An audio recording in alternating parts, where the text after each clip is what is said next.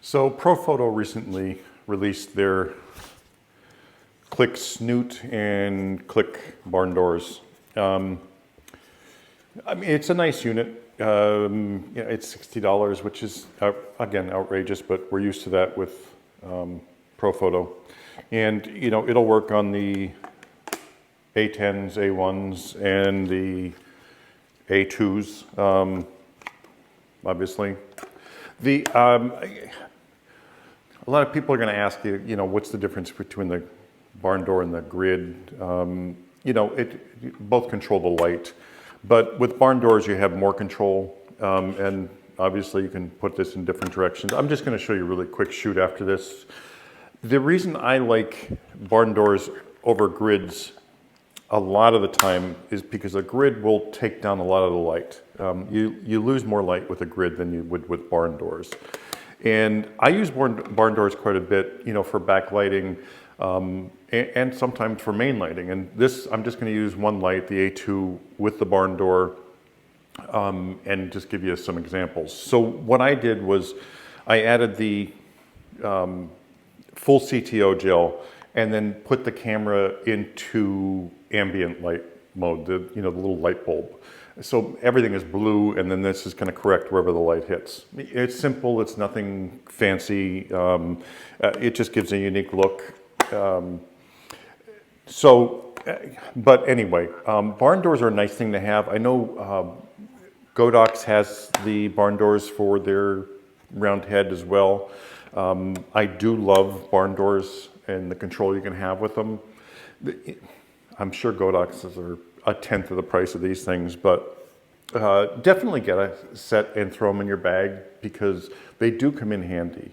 You know, and if you don't want to lose the light and just want to control it and where it goes, you know, I'm going to use it creatively a little bit. You know, I'm using the word creatively loosely here, but anyway, here's the shoot. If you have any questions, leave them below. But yeah, if you don't have barn doors, get them because they will come in handy, and they do pack up small. So anyway, enjoy the shoot. It's a quick one, and just wanted to show you the new product and why use barn doors. Anyway, thanks for watching. So this is going to be a really quick shoot. I'm using this, and I use the word loosely, creatively, for a couple shots, just to show you what barn doors can do. I like the barn doors better than grids most of the time because grids do absorb a lot of the light, and barn doors don't. You know, yeah, it cuts down some of the light, but your power in the center is still going to stay the same. And with the A2s, you know, they definitely have a diffuse light, so you're losing a little bit more than you would with like an A1 because the A1 is so centered and powerful in the center more than the diffuse light coming from the A2. Which is neither here nor there.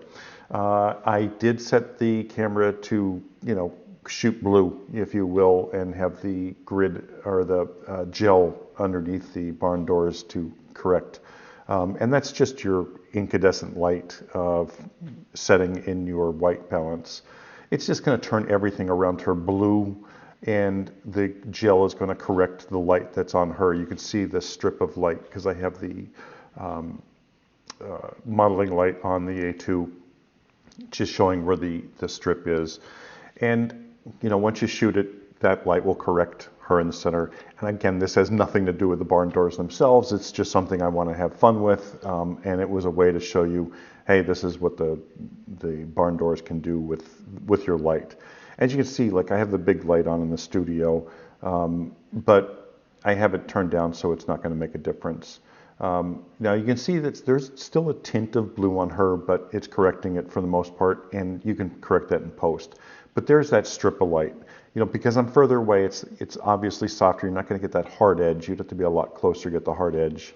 But there's the gel.